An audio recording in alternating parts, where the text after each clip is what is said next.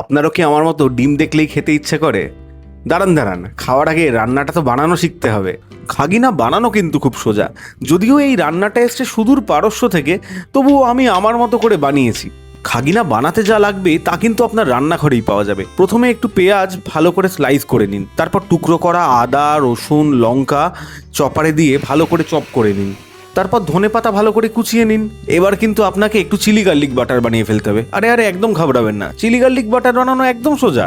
প্রথমে একটু শুকনো লঙ্কা আর রসুন থেতো করে নিতে হবে, তারপর তার সঙ্গে গরম মাখন দিয়ে ভালো করে মিশিয়ে নিলেই তৈরি হয়ে যাবে চিলি গার্লিক বাটার। ব্যাস, সমস্ত উপকরণ তো প্রায় তৈরি। এবার মূল রান্নাটা শুরু করা যাক। একটা পাত্রে 2 চামচ তেল গরম করে পেঁয়াজগুলোকে ভেজে ফেলতে হবে। পেঁয়াজটা একটু ভাজা হলে ওই কুচিয়ে রাখা রসুন, আদা, লঙ্কাটা দিয়ে দিন। তারপরে একটু নুন আর লাল লঙ্কার গুঁড়ো দিয়ে ভালো করে নাড়তে থাকুন।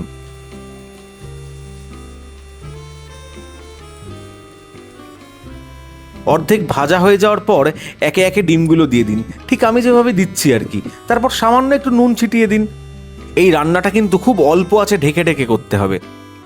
মিনিট 5 পর ঢাকাটা খুলে ওই বানিয়ে রাখা চিলি গার্লিক বাটারটা দিয়ে দিন। এরপর গ্রেটেড চিজ আর কুচানো ধনেপাতা দিয়ে আরও কিছুক্ষণ ঢেকে রাখুন। আপনার খাগিনা কিন্তু প্রায় তৈরি। এরপর নামানোর আগে আরেকটু রোজমেরি দিয়ে নামিয়ে নিন। দেখুন, আসলে চিজ আর রোজমেরি খাগিনাতে দেয় না, আপনি চাইলেই ইগনোর করতে পারেন, কিন্তু আমি বলবো একটু দিয়ে দেখুন, দেখবেন আপনার খাগিনা আরও সুস্বাদু হয়ে গেছে। ব্যাস, আর কি, সব কাজ তো হয়েই গেল। না না, একটা কাজ বাকি আছে। এবার গরম গরম রুটি কিংবা পরোটার সঙ্গে খাগিনাটা খেয়ে ফেলতে হবে।